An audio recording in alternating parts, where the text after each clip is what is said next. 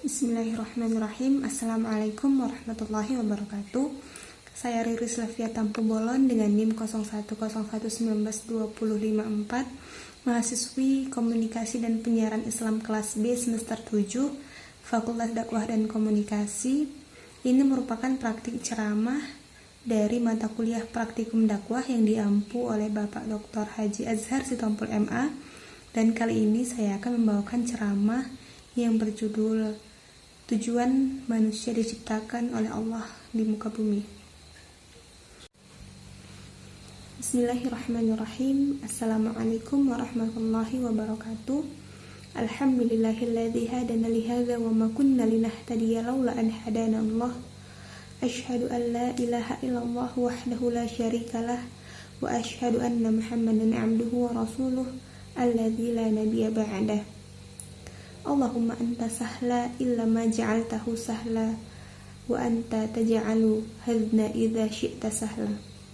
Rabbi shrah li sadri wa yassir li amri wahlul 'uqdatam min lisani yafqahu qawli amma ba'd.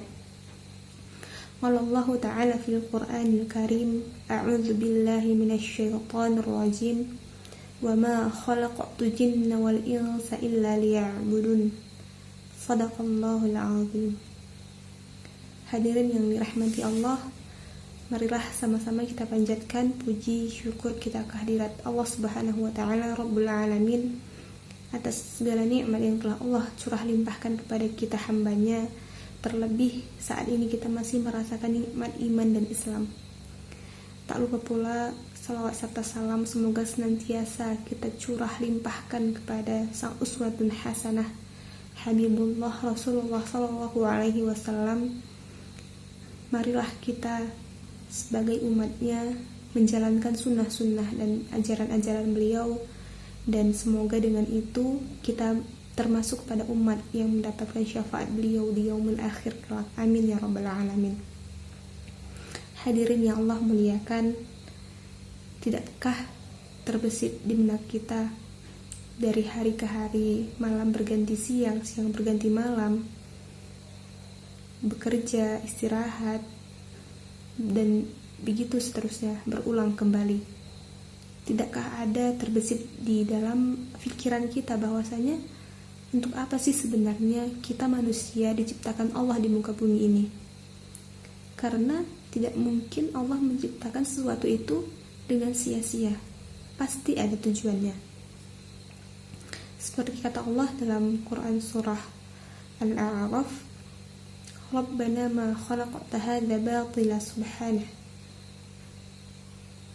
Aku menciptakan manusia, aku menciptakan segala sesuatu di dunia ini, tidak ada yang sia-sia.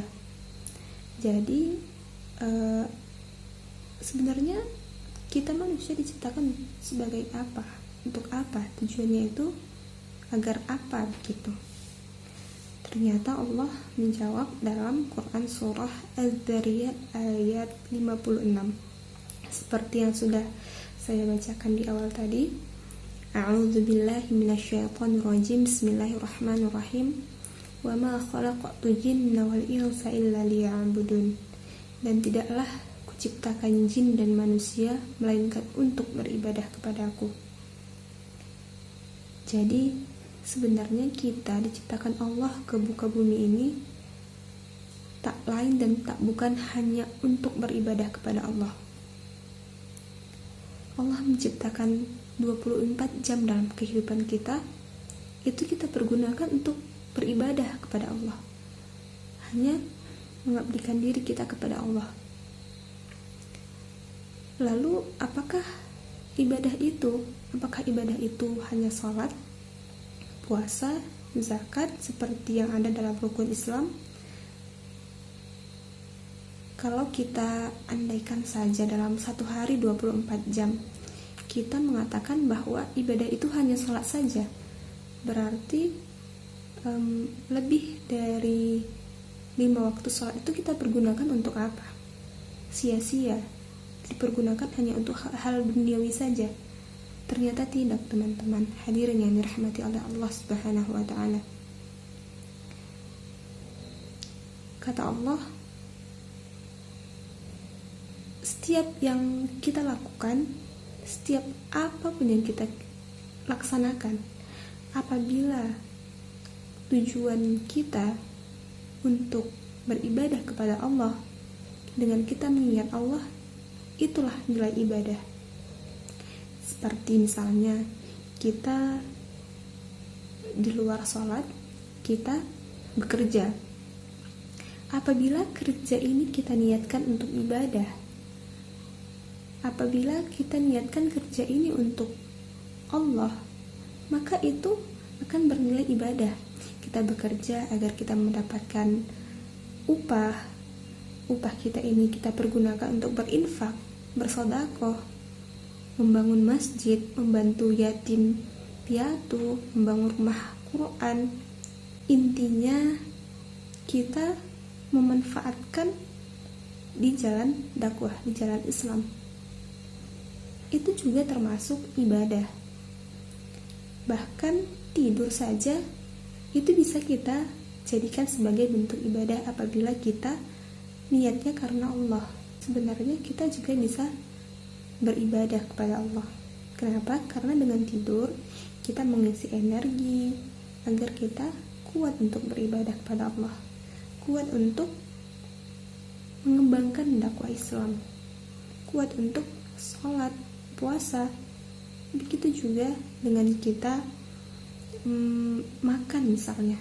Kita makan, kita memasukkan makanan-makanan yang halal dan tidak memasukkan makanan yang haram ke dalam tubuh kita, mencari rezeki dengan cara yang halal, itu juga termasuk kepada ibadah kepada Allah. Dengan kita meninggalkan larangannya, menjalankan perintahnya, itu juga termasuk ibadah kepada Allah. Kembali lagi, segala sesuatu itu tergantung kepada niatnya. Seperti hadis Rasulullah SAW, innamal a'malu binniyat. Segala sesuatu itu tergantung kepada niatnya. Jika kita bekerja, makan, mencari rezeki, sholat, dan segala macam, hanya kita niatkan sebagai ibadah kepada Allah, mengingat Allah, maka itu juga bernilai sebagai ibadah. Hadirin yang dirahmati oleh Allah Subhanahu wa Ta'ala, tidak lain dan tidak bukan tujuan kita diciptakan di muka bumi ini hanyalah untuk menyembah Allah, mengesahkan Allah, beribadah kepada Allah. Hanya Allah yang berhak untuk diibadahi. Tidak ingatkah kita perjanjian kita dengan Allah sewaktu kita akan hadir di dunia ini? Seperti yang terdapat dalam Quran surah Al-A'raf ayat 172. Alastu bi rabbikum qalu bala syahidna. Benarkah kamu mengatakan bahwa aku ini Tuhanmu? Kita mengatakan ya Allah, saya bersaksi, saya yakin, saya akan menjadikan engkau sebagai Rabb kami, sebagai sesembahan kami. Engkaulah yang patut diibadahi. Kita berjanji di alam rahim kepada Allah sebelum kita terlahir ke dunia ini. Lalu setelah itu, apakah kita sudah lupa dengan janji-janji kita kepada Allah, bahwasanya kita hidup di dunia ini hanya untuk beribadah kepada Allah? Hadirin yang dirahmati oleh Allah Subhanahu wa Ta'ala, makhluk yang mulia saja, malaikat Allah ciptakan, mereka diamanahi untuk beribadah kepada Allah.